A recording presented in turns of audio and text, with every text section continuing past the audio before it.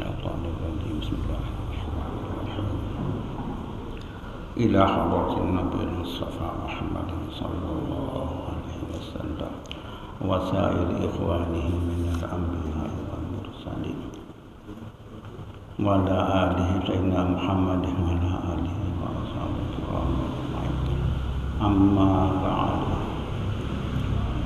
فقال المصنف رحمه الله تعالى وعلى من نفع بعلومه في الدارين آمين آمين يا رب العالمين.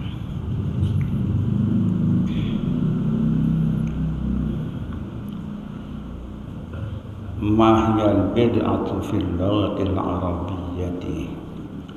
البدعة في اللغة هي كل شيء أحدث من غير سابق مثال. أما البدعة في الدين فهي كل شيء يخالف الكتاب والسنة وأقوال الصحابة رضوان الله عليهم والجماعة. قال ابن رجب الحنبلي المراد بالبدعة ما أحدث مما لا أصل له في الشريعة يدل عليه، أما ما كان له أصل في الشرع يدل عليه فليس ببدعة شرعا وإن كان بدعة ضالة. قال ابن حجر الهيثمي البدعة في اللغة ما كان مخترعا وشرعا ما أحدث على خلاف أمر الشارع ودليل خاص والعام. Alhamdulillah, ya, sampai dengan saat ini kita masih berbicara tentang hal yang berkaitan dengan hukum melaksanakan ihtifalul maulid yang kita terjemahkan dengan acara maulid. Pertanyaan yang pertama muncul ketika istilah ini ada dan dikerjakan orang. Pertanyaannya adalah apakah itu boleh? Maulid itu boleh enggak? Ya, kalaupun boleh, selama boleh kita kerjakan. Dan ternyata ada sebagian umat Islam yang mengatakan tidak boleh. Ya, tidak boleh acara maulid itu dilakukan. Kenapa demikian? Ada hadisnya, dan hadisnya hadis sahih. Ya, hadisnya hadis sahih. Ya, hadis itu menyebutkan bahwa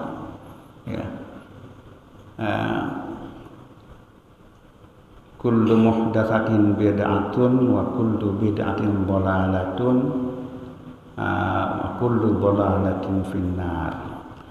Iyyakum wa muhdatsatil umur fa inna kulla muhdatsatin bid'atun wa kulla bid'atin dhalalatun wa kulla dhalalatin finnar.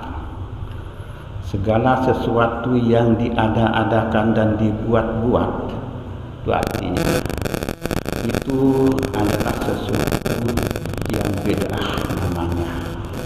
Jadi sesuatu perbuatan yang dibuat-buat, diada-adakan, ya, dan diada-adakan itu adalah merupakan perbuatan yang bid'ah. Kullu bid'atin dhalalatun, sementara bid'ah itu adalah sesuatu yang sesat. Kullu bid'atin dhalalatun, bid'ah itu adalah sesuatu yang sesat. Kullu dhalalatin finnar, dan setiap yang sesat itu adalah ujung-ujungnya orang yang melakukan itu akan masuk ke neraka. Ya, jadi di sini kita periksa, ada orang yang bilang maulid itu apakah perkara dibuat-buat atau diada-adakan. Mereka mengatakan itu adalah termasuk salah satu perbuatan yang dibuat-buat dan diada-adakan. Kenapa demikian? Karena mereka mengatakan bahwa itu adalah tidak ada contoh sama sekali dari baginda Rasul sallallahu alaihi wasallam. Tidak ada contoh pada masa baginda Rasul, pada waktu Rasulullah masih hidup, dan tidak satu pun sahabat pernah melakukannya. Ya, ada. Ya, kalau itu jelas itu adalah perkara yang diada-adakan. Dengan demikian, karena perbuatan yang diada-adakan, ya maka itu adalah bid'ah. Bid'ah. Itu dalilnya mereka, ada hadis-hadis sahih. Itu bid'ah. Ketika itu bid'ah, nah, kullu bid'atin dhalalah, itu adalah sesat. Kullu dhalalatin finnar, yang dhalalah, semua yang dhalalah sesat itu adalah pasti neraka. Jawabannya, larinya. Nah, itu mereka mengatakan seperti itu. Ya, lalu kan hampir banyak sekali, apalagi di Indonesia. Di Indonesia itu sudah umum dilaksanakan oleh masyarakat kita. Bahkan juga di beberapa negara itu dilakukan acara maulid itu. Pertanyaannya, apakah itu dhalalah, bid'ah, dhalalah, dan neraka? Artinya kalau neraka itu berarti kan suatu hal yang haram hukumnya, kan gitu maknanya. Itu maknanya. Nah, lalu ketika ada yang begini, maka ulama-ulama dari kelompok Ahlus Sunnah wal Jamaah mencoba mengkaji ya hadis ini secara komprehensif.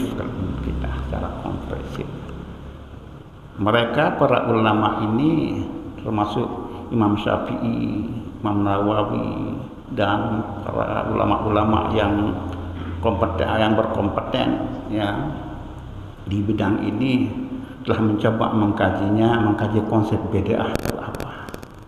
Di sana munculnya apa sesungguhnya, supaya ketika kita melakukan satu amalan, kita tidak salah.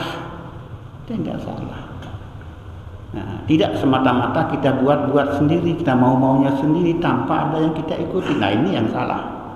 Ya.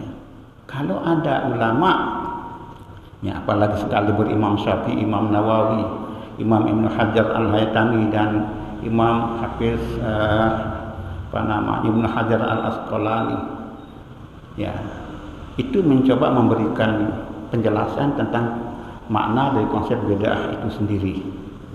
Nah, secara bahasa al-bid'atu fil lughati, secara bahasa arti kata bid'ah atau istilah bid'ah itu secara bahasa adalah hiya kullu syai'in uhditsa min ghairi sabiqi misalin. Segala sesuatu yang dibuat atau yang dilakukan tanpa adanya contoh terlebih dahulu. Ya, jadi kalau dengan demikian, maka tadi maulid ini kan tidak ada contoh dari Rasulullah. Maka berarti ini adalah satu yang muhdas, satu yang dibuat-buat kata mereka. Ya. Jadi acara maulid itu mulai dilakukan pada abad keempat. Ya, pada abad keempat, yang pertama kali mengadakannya adalah Raja Mubaffar namanya di Irbil. Ya. Sebelumnya 300 tahun kurang lebih tidak ada sama sekali. Ya, ada sama sekali sahabat yang melakukannya. Nah, kalau demikian, maka ini kan sesuai jadinya, sesuatu yang dibuat-buat, sesuatu yang diada-adakan begitu, yang memang tanpa adanya contoh dari Rasulullah SAW. Itu secara logat, secara bahasa. Nah, inilah yang dipakai oleh mereka pada zaman ini, definisi tentang bid'ah itu sendiri. Padahal definisi tentang bid'ah itu sendiri ta'rif bid'ah itu tidak hanya secara bahasa, juga ada secara istilah, secara syariat. Jadi ada dua definisi bid'ah menurut para ulama Ahlus Sunnah wal Jamaah. Kalau secara bahasa jelas seperti tadi, dan itu ketika mereka mengatakan bahwa tidak ada contoh perbuatan, tidak ada contoh dari amal dan seterusnya, itu pengertian bid'ah secara logatan menurut para ulama Ahlus Sunnah wal Jamaah. Sedangkan menurut mereka itu mereka tidak pakai dua definisi.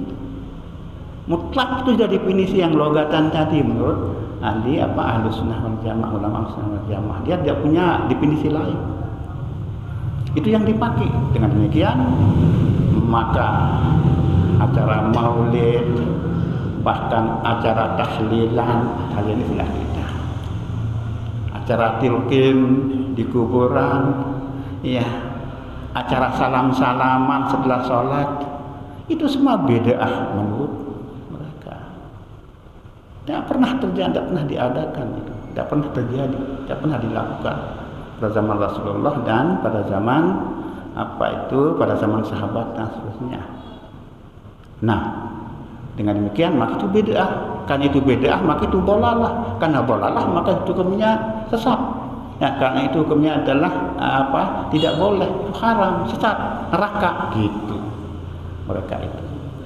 Nah, akan tetapi para ulama Ahlus Sunnah wal Jamaah menjelaskan begini. Itu beda secara logatan, secara bahasa. Nah, menurut bid'ah dalam konteks keagamaan, dalam konteks agama atau syariat atau istilah adalah begini. Hiya kullu syai'in yukhaliful kitaba was sunnata wa aqwalus sahabati ridwanullahi alaihim wal ijma'ah. Yang namanya bid'ah adalah segala sesuatu perbuatan yang bertentangan dengan kitab Al-Quran, sunnah Rasul, dan perkataan para sahabat dan ijma' para ulama. Yang tidak ada di Al-Quran, di sunnah hadis Rasulullah, ijma' para ulama tidak ada, qiyas juga tidak ada, bertentangan, itu bukan hanya tidak ada, bertentangan dengan itu, maka itu adalah bid'ah.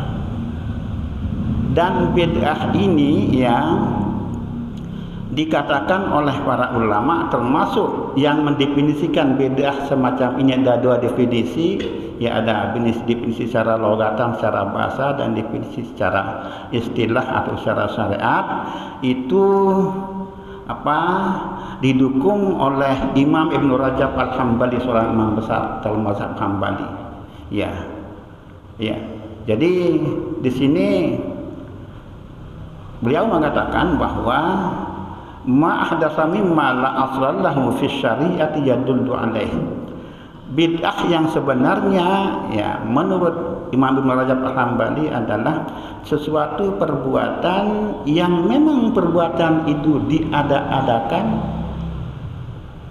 diadakan tanpa contoh sebelumnya dari Rasulullah dan para sahabat, tetapi la aslallahu fi syari'ati, tidak ada dasarnya di dalam syariat.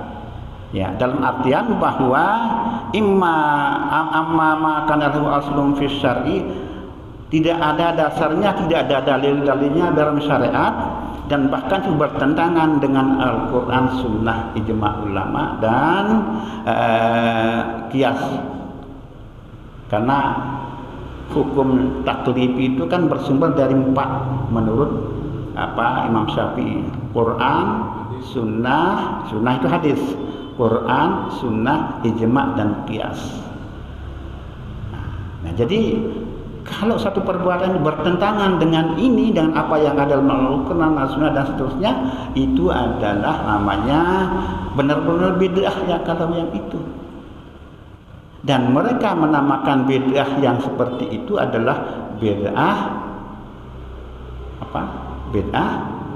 sayyi'ah namanya. Bid'ah sayyi'ah itulah yang disebut dengan bid'ah dhalalah. Itulah yang bid'ah yang dhalalah itu.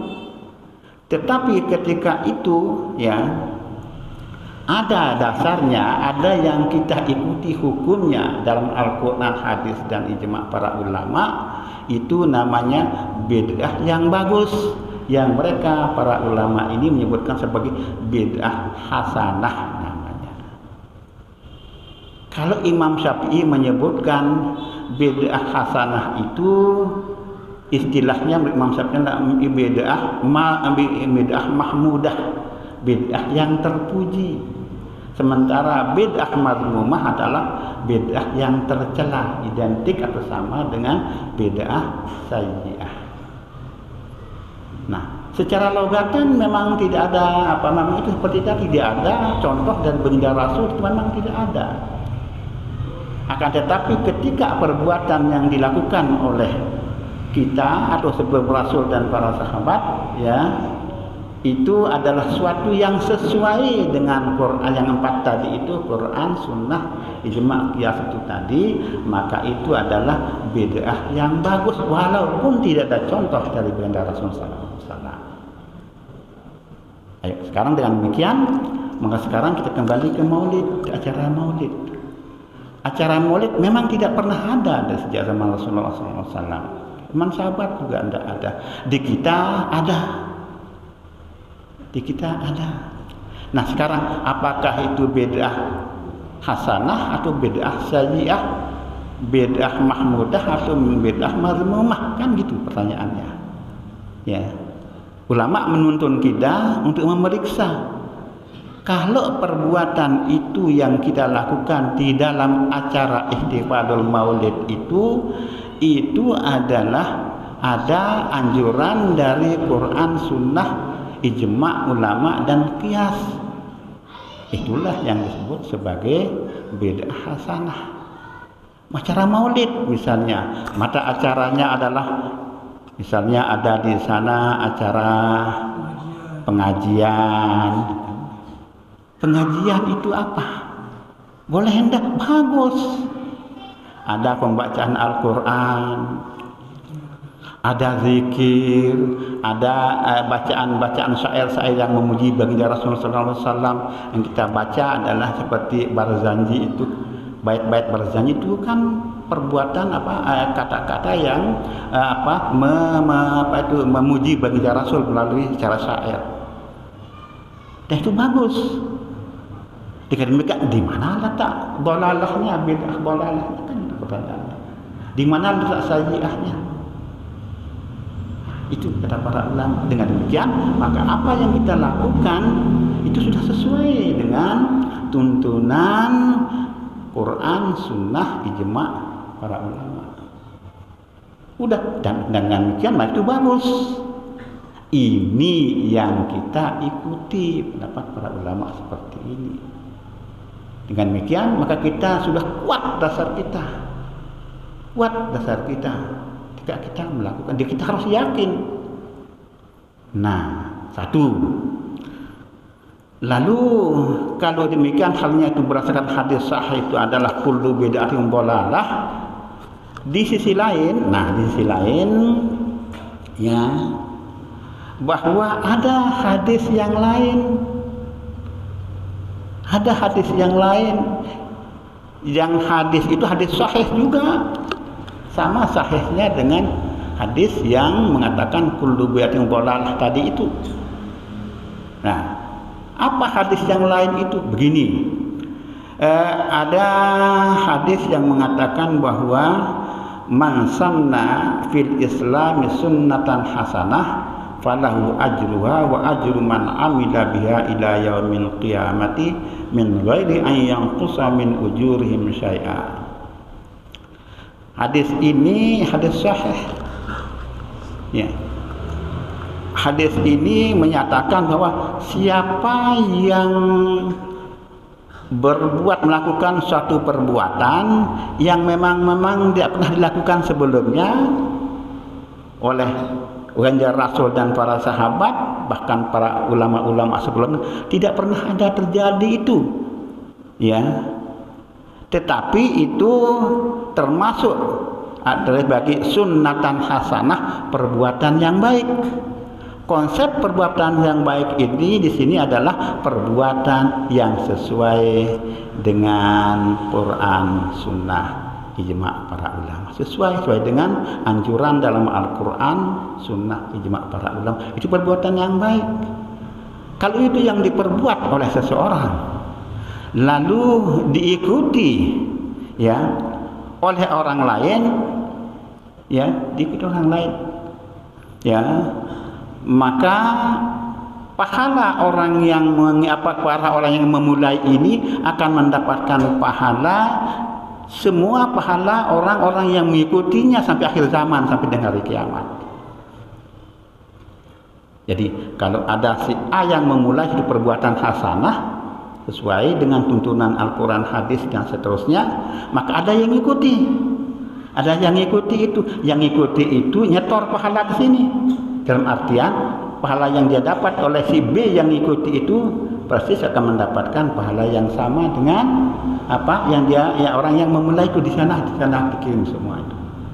Nah, ini maksudnya la yang khusu, ya, la yang khusu man wa ajru man amila biha ila yaumil qiyamah min ghairi an yanqusa min ujurin. Tidak sedikit pun pahalanya itu berkurang yang diterima oleh orang yang pertama tadi itu. Si B pahalanya 100, dia full 100 dia terima. Ada si C lagi yang melamankannya, si C juga nyetor pahala segitu, dia juga dapat. Itu maksudnya. Ini luar biasa. Makanya di dalam tafsir menyebutkan bahwa ketika dulu ada pembunuhan Qabil Habil itu kan, anak Nabi Adam itu kan, jadi di sana disebutkan bahwa itu adalah sunnah sayyi'ah yang dilakukan oleh seorang anak Nabi Allah Adam. Hingga kalau ada orang yang melakukan pembunuhan setelah itu sampai dengan hari kiamat, numpuk pahalanya ke sana, dosanya ke sana. Itu maksudnya. Jadi semua orang yang melakukan pembunuhan, dia dapat dosa sebesar X misalnya, itu dia akan juga setor ke sana sebesar itu. Berapa besarnya dosa orang pertama kali yang melakukan pembunuhan yang dicontohi oleh yang berikutnya. Ini adalah sunnah sayyi'ah. Kalau tadi demikian yang tadi itu, kalau orang yang membuat perbuatan yang bagus, yang baik sesuai dengan anjuran perintah dalam Al-Quran, Sunnah dan seterusnya, maka itu pahalanya akan mengalir ke sana bagi mereka. Nah, sekarang tinggal pandai-pandainya kita, ya, kreasi kita untuk berbuat sesuatu yang baik, yang mendapatkan pahala. Ketika ada orang mengikuti, maka kita juga mendapatkan pahala dari mereka yang mengikuti sampai dengan hari kiamat. Ini luar biasa. Nah, ini dikatakan hadis ini gitu. Nah, sebaliknya di sini dikatakan bahwa waman sanna fil Islam sunnatan sayyi'ah fa alaihi wizruha wa wizru man amala biha ila yaumil qiyamah ghairi an yanqusa min awzarihim syai'an. Demikian juga orang yang berbuat kejelekan tidak diikuti orang lain perbuatan yang sama, maka dia dosanya itu akan mengalir ke dia persis sama dengan dosa yang didapatkan oleh orang yang berbuat, yang mencontohi itu. Nah, berdasarkan hadis ini maka ulama dalam usul fikih, ya, menyatakan bahwa hadis yang tadi kullu bi'atin dhalatun adalah hadis yang amun makhsusun, hadis umum, tetapi dia ditaksis, dikhususkan oleh hadis ini, hadis yang kedua. Tadi kan umum, kullu bid'atin dhalalah, semua bid'ah itu dhalalah tanpa kecuali. Datang hadis ini enggak, gitu. Maka yang dimaksudkan kullu bid'atin dhalalah adalah semua bid'ah yang sayyi'ah, itu yang dhalalah. Itu yang dhalalah. Kalau yang hasanah enggak, karena sesuai dengan Al-Quran dan Sunnah. Bandingannya adalah perbandingannya ini dari dalam Al-Quranul Karim dalam surat Al-Kahfi, ketika ada perjalanan Nabi Allah Musa dan Nabi Allah Khidir, ya, fantalaqa hatta idza raqiba fis safinati kharaqaha kan ketika perjalanan Nabi Musa dan Nabi Khidir ya satu di satu tempat, beliau berdua ini menaiki kapal ceritanya, atau perahu lah perahu pada saat itu. Kemudian perahu itu oleh Nabi Khidir alaihissalam dijebol ya, menurut riwayat dalam tafsir, masuk tafsir Al-Munir, tafsir Al-Wajiz menyebutkan, termasuk tafsir Jalalain menyebutkan bahwa caranya Nabi Khidir menjebol perahu itu kan perahu pada saat itu atau kapal pada saat itu, mereka sebut kapal. Jangan bayangkan kapal seperti yang ada di kapal kapal feri, jangan dibayangkan seperti itu. Kapal pada saat itu adalah kapal yang dibuat dari papan kayu perahu, kayak kita perahu tapi disebut papan. Jadi papan-papan disusun, maka itulah yang dijebol oleh Nabi Khidir pada saat itu. Ya. Jadi jebol dari diambil dibuka papannya itu jebol. Dijebol ini dengan cara membuka papan itu. Salah satu, tidak banyak papan, semua katanya di ayat itu atau di tafsir itu sekitar 2 papan mungkin, tapi kelihatan jelas jebolnya gitu loh. Cuma tidak dijebol dan diambil pada saat di tempat air ini. Kalau habis jebol ini kan air masuk, jebolnya agak atasan, tapi dilihat oleh orang dari luar, tetapi air tidak masuk karena agak tinggi gitu. Di samping agak atasan. Nah, kenapa begitu ya? Tapi sebelumnya itu Nabi Musa alaihissalam menegur, ngapain situ jebol kapal ini, nanti ketenggelam orang-orang ini. Ketenggelam orang-orang kita juga akan tenggelam gitu. Ini perbuatan tidak benar ini. Protes Nabi Allah Musa alaihissalam. Dia protes. Ya, padahal sebelumnya sudah janji. Jangan macam-macam, kalau saya nanti melakukan apapun jangan nanya-nanya gitu. Tapi dia nanya, ini Nabi Musa. Ya itu kan perbuatan yang tidak benar Anda lakukan nih. Kalau jebol perahu begini nanti datang ombak besar, nanti masuk airnya, tenggelam kita, akan gitu. Itu logikanya benar juga, logika itu seperti itu ya. Tetapi ya setelah itu katanya Musa menegur Khidir alaihissalam ya,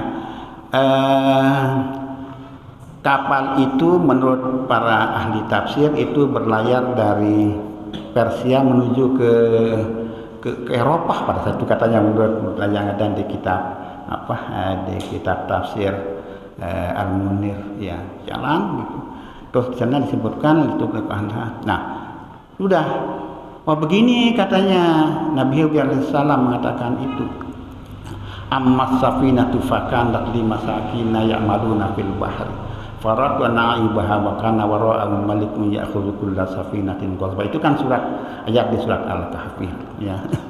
Begini, jadi setelah lama diceritain, dikatakan bahwa begini Musa, pada waktu menjebol kapal itu maksud saya begini, kapal itu adalah dimiliki oleh orang miskin. Nah, di tafsir Al-Munir menyebutkan bahwa kapal itu adalah merupakan kapal yang dimiliki secara patungan oleh 10 orang miskin. 10 orang miskin itu adalah bersaudara. Ternyata dia mendapatkan warisan kapal itu dari orang tuanya. Mereka miskin semua dan sakit-sakitan. Mereka miskin dan sakit-sakitan, dan kapal itu adalah untuk disewakan. Sehingga akan mendapat dan duit dari sana kan gitu ya. Akhirnya saya jebol. Nah, dan ada 10 orang miskin di sana, katanya itu yang punya kapal ini. Lalu saya jebol. Kenapa? Wa kana wara'ahum malikun, wara'a di sana arti amama menurut ahli tafsir. Dan di sana kapal ini berlayar menuju satu tempat di Eropa. Nanti di jalan ada perompak. perempuan diajak bajak laut, semacam bajak laut, dan itu bukan raja bajak laut. Yang sukanya adalah merampas kapal. Maka nawara'ahu malikun ya'khudhu kulla safina. Di sana ada ya'khudhu kulla safinatin malikun, seorang raja. Di sana disebutkan dalam kitab Tafsir Munir, raja itu namanya apa namanya tadi? Oh, Raja Hadad namanya. Raja kafir jahat gitu. Namanya Raja Hadad, orang tuanya nama Badad. Hadad bin Badad katanya itu, ya. Itu nama raja itu. Ya. Jadi ketika itu sudah terjadi, maka saya lakukan itu karena di sana ada raja jahat yang mau merampas kapal yang ya'khudhu kulla safinatin. Perhatikan ayat ini kata ya'khudhu kulla safinatin, raja itu mengambil setiap kapal. Nah, perhatikan kulla di semua atau semua kapal. Perhatikan sana tidak ada penjelasan selain kulla safinatin, raja membuat semua kapal. Padahal yang dimaksud di sini adalah apa? Safinatin sholihatin. Raja ya'khudhu kulla safinatin sholihatin. Jaja pada ahli tafsir mengatakan safinah yang bagaimana? Kapal yang sholihatin, kapal yang bagus. Kenapa tafsirnya kapal yang bagus? Karena tadi ada peristiwa sebelumnya, ya, yaitu adanya apa? Khidir yang melobangi itu, menjebol kapal itu. Berarti yang dimaui oleh yang diapas oleh raja itu adalah kapal yang bagus. Kalau kapal yang tidak bagus enggak, gitu kan logikanya. Kapal yang tidak bagus enggak. Enggak dia bongkar, enggak dia jebol itu. Nah, dari sini kata kullah itu. Kata kullah dalam bahasa Arab artinya semua. Dalam Al-Quran itu mengatakan ya'khudhu kulla safinatin, raja itu mengambil semua kapal. Ayo.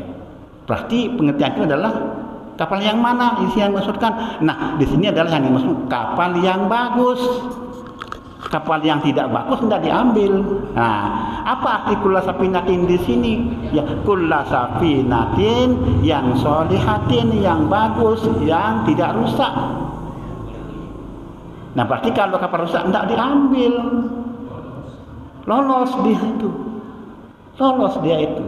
Nah, jadi tidak selalu bahwa kata kulla semua itu adalah mutlak sampai sana mutlak, melainkan itu adalah ada lanjutannya. Kulla safinatin, ya, semua kapal yang bagus, iya kan? Sama dengan apa? Kullu dhalalatin. Mana kullu dhalalatin? Kullu bid'atin dhalalatun. Nah, apa kullu bid'atin? Kullu bid'atin sayyi'atin. Sana maksudnya berarti semua bid'ah yang sayyi'ah. Itu yang sebut kullu bid'atin dhalalah, kullu bid'atin dhalalah wa kullu bid'atin yang sayyi'atin dhalalatun. Nah, pas jadinya. Jadi yang maksud di sini adalah kullu bid'atin dhalalah, kullu bid'atin sayyi'atin yang dhalalah. Itu. Berarti tidak semua yang apa? Tidak semua yang bid'ah. Tidak semua yang apa? Baik yang bid'ah apa yang bagus seperti Anda. Khusus di sini yang dimasukkan kullu bid'ah yang dhalalah, bid'ah yang sayyi'ah, bid'ah yang mazmumah gitu. Dengan demikian nyetel dia. Nah, ini hadis tidak dipakai oleh mereka gitu loh.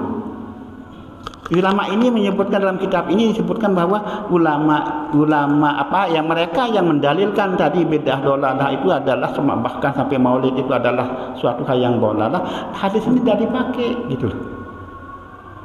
Ya, tidak dipakai. Hanya satu aja yang dipakai dalil tadi itu. Sementara kan faktanya jelas-jelas ada hadis lain yang selain itu. Yang ini dia hadisnya, ya, ini dia hadisnya. Maka dengan demikian, maka ulama Ahlus Sunnah wal Jamaah yang namanya bid'ah itu dibagi dua, bid'ah hasanah, bid'ah sayyi'ah. Ketika kullu bid'atin dhalalah, setiap bid'ah itu, setiap bid'ah yang sayyi'ah itu dhalal, benar kalau yang itu. Nah, ini cara mendalilkannya. Ya, Ini dalam mendalilkannya pakai logika seperti berdasarkan apa? Berdasarkan dalil ini, ada hadis yang lain gitu. Jadi kalau mereka yang mengatakan semua itu bid'ah, salaman bid'ah apa dan sebagainya, cuma pakai dalil kullu bid'atin dhalalah, sudah tidak ada lagi yang lainnya. Kalau itu yang dipakai, ya benar, semua salah. Ya, semua adalah dhalalah gitu. Tapi sehubungan dengan ada hadis ini, hadis yang sahih juga, maka yang dimaksudkan itu namanya maksus kalau dalam tafsir. Ini umum kullu bid'atin dhalalah, tapi ditaksis, dikhususkan oleh hadis ini. Maka berarti para ulama membagi menjadi dua yang namanya bid'ah itu bid'ah hasanah, bid'ah sayyi'ah. Dengan demikian ketika ada ungkapan kullu bid'atin dhalalah, di sana seperti dimaksudkan kullu bid'atin sayyi'atin dhalalah, benar kalau yang itu. Berarti tidak ada persoalan. Tidak ada persoalan. Kecuali kalau mereka, bagi mereka yang masih yang bekeh, kalau itu yang lain cerita. Cuma maunya pakai satu hadis saja. Pernah yang dia diikuti di YouTube di mana gitu. Memang kelompok-kelompok Wahabi itu utama itu tidak mau pakai hadis ini. Nah, ia pakai pokoknya kullu bid'atin dhalalah, ya semua bid'ah itu dhalalah tanpa kecuali. Makanya dia maulid, ihtifalul maulid itu tidak boleh, sesat, itu bid'ah, sesat gitu loh. Padahal ada hadis lain. Ditanyakan ketika itu dikatakan, oh diusulkan ini ada hadis yang begini, tidak mau pakai ini, saya tidak pakai yang itu, katanya. Waduh, bagaimana dong? Kan tidak utuh jadinya. Ya, berarti mereka maunya satu aja yang dipakai sudah. Ya. Nah, padahal itu ada hadis lain. Ya, ini yang ditugaskan oleh banyak ulama Ahlus Sunnah wal Jamaah, yaitu termasuk di sini ada disebutkan Ibnu Rajab Al-Hambali, Imam Syafi'i, Imam Nawawi, banyak sekali, ya, banyak sekali ulama yang mendukung pembagian bid'ah seperti tadi, sekaligus mendukung dilakukannya acara Maulid Nabi. Gitu. Nah, ini dasarnya kuat kita itu untuk melakukan ibadah ini, gitu. Dan apa yang kita ragukan lagi kan tidak ada. Berarti kita yakin dengan analisa para ulama seperti itu. Ya, tidak ada masalah. Karena itu maka kalau ada paham yang membedakan gitu, ya kita lihat dulu. Ya, ada enggak dalam Quran, Sunnah, hadis dan sebagainya yang dikerjakan? Kalau ada enggak? Ya. Termasuk misalnya zaman sahabat dulu kan, ada azan 2 kali Jumat. Rasulullah enggak ada itu. Itu ada pada zaman Sayyidina Utsman. Azan 2 kali, bid'ah enggak itu? Azannya pertama siapa berani bilang bid'ah? Ayo. Masa Sayyidina Utsman melakukan satu hal yang bid'ah, dhalalah? Enggak. Terus pengumpulan Al-Qur'an, membukukan Al-Qur'an pada zaman sahabat Abu Bakar. Enggak ada zaman Rasulullah, pada zaman Abu Bakar ada. Bid'ah enggak? Tarawih 30 rakaat itu tak ada zaman Rasulullah. Ya, zaman Umar bin Khattab itu ada. Bid'ah, dhalalah, ada bang. Ketika itu diajukan seperti ini, pertanyakan seperti ini kepada mereka, mereka diam. Ya, berani Umar itu bid'ah, dhalalah, sesat, surga neraka gitu. Sama bisa. Karena itu adalah ada dasar di dalam Al-Quran, Sunnah Rasulullah dan sebagainya. Itu yang terjadi. Bahkan menurut suatu penjelasan, ya, ada zaman Rasulullah ada bid'ah juga, zaman Rasulullah dulu dikerjakan oleh sahabat. Ya, ada. Sini disebutkan seperti itu. Nah, ada nama sahabat Rifa'ah bin Rafi' Az-Zarqi. Pada saat itu kunna yauman nusalli wara'an Nabi sallallahu alaihi wasallam, ya. Pada suatu saat Rasulullah, para sahabat pada saat itu sholat berjamaah. Ini telat ya datang ini sahabat yang namanya Rifa'ah bin Rafi'. Ya telat datang. Pada saat itu Rasulullah sedang ruku. Lalu dia mengatakan, alhamdulillah dapat saya sholat 1 rakaat, dapat rakaat. ketika dia Rasulullah ruku pada saat itu. Dia besar suaranya alhamdulillah. Nah, ya dia seperti itu, alhamdulillah katanya Rifaah ini, sahabat Rifaah ini. Lalu ada orang yang nimbal salah seorang jamaah sholat itu, apa katanya? Rabbana lakal hamdu. Itu katanya, Rabbana lakal hamdu. Kenapa? Karena Rasulullah itu mengatakan ketika dia bilang alhamdulillah, Rasulullah naik i'tidal mengatakan sami Allah liman hamidah. Rasulullah mengatakan sami Allah, mendengar Allah, maha mendengar orang yang memujinya. Karena tadi mengatakan alhamdulillah, dia maksudkan dia dapat rakaat yang itu karena dapat ruku bersama Rasulullah. Sami Allah liman hamidah. Naiklah Rasulullah pakai i'tidal. Begitu sami Allah liman hamidah, kemudian ada sahabat jadi makmum mengatakan Rabbana lakal hamdu. Itu kan ada yang suruh sahabat itu, yang benar Rabbana lakal hamdu itu, padahal dia dalam sholat. Ada yang suruh, dia sendiri yang mengatakan Rabbana ya Tuhan kami lakal hamdu, engkau yang memiliki segala puji. Itu kan artinya itu Rabbana walakal hamdu. Tidak ada yang suruh. Begitu salam, assalamualaikum, Rasulullah langsung berdiri. Siapa yang bilang tadi Rabbana lakal hamdu tadi? Dikira dimarah sama Rasulullah. Ya, saya ya Rasulullah, kata sahabat yang itu. Oh, tadi saya lihat itu ada 30-an sekian malaikat yang rebutan mencatat pahala kamu yang mengatakan alhamdulillah. Tidak dimarah dia. Ya. Dan itu yang kita pakai sampai dengan saat ini kan Rabbana lakal hamdu itu. Ya. Itu artinya apa? Itu kan ada bid'ah pada zaman itu, pada saat itu, yang tidak ada syariatnya. Sebelumnya Rasulullah tidak marah. Rasulullah pada saat itu juga tidak melarang Rasulullah. Jangan begitu, enggak.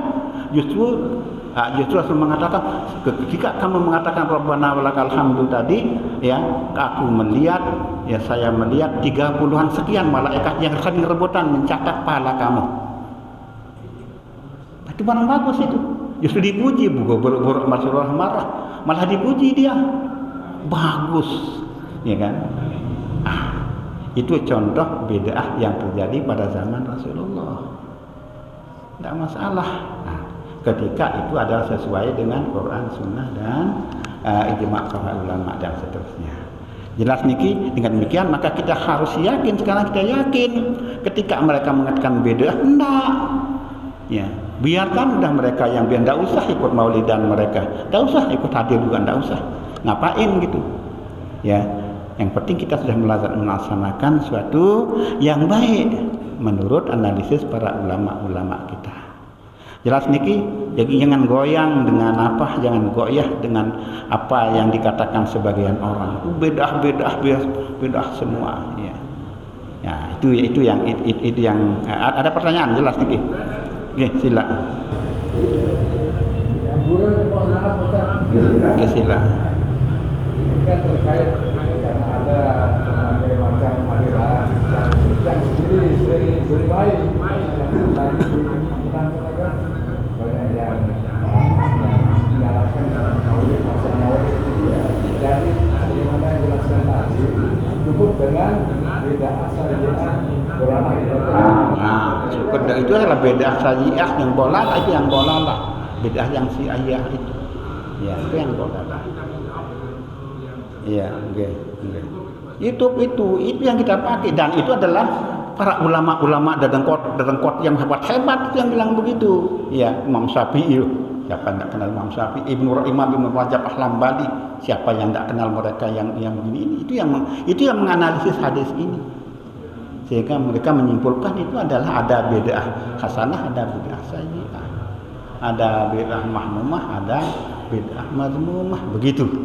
Ya, sehingga dengan demikian maka tidak perlu kita ragu-ragu dan harus yakin, kita yakin untuk melaksanakan ini sebagai sesuatu yang bagus. Itu aja kesimpulannya kita. Karena itu maka ketika ada kita dengar bid'ah, ya kembali kepada Quran, kepada para ulama. Dan alhamdulillah kitab yang Tiang punya ini itu membahas tentang yang semua seperti itu. Di sini maulid, tawasul, Ya semua itu mereka mencium tangan, rakalan apalagi zikir jahar, mereka tidak suka zikir jahar, bid'ah. Ini semua ada di sini. Ziarah kubur, ya. Kemudian tasbih, itu tasbih bid'ah katanya itu. Sini jelaskan semua itu, dasar hukumnya para ulama kita. Ya, banyak sekali kondisi kekinian yang dijelaskan oleh para ulama Ahlus Sunnah wal Jamaah di sini. Berapa masalah? Kalau tidak salah sekitar hampir 26 masalah. Iya, 26 masalah yang dibahas di sini itu.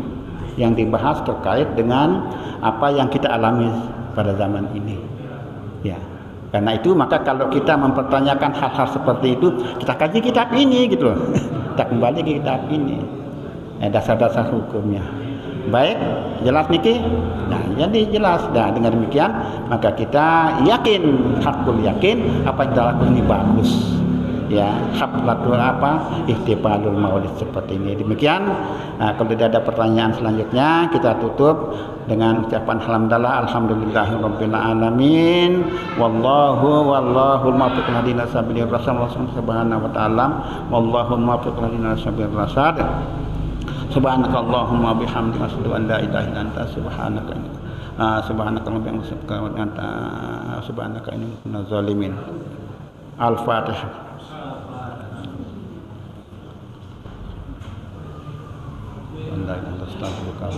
Assalamualaikum warahmatullahi wabarakatuh.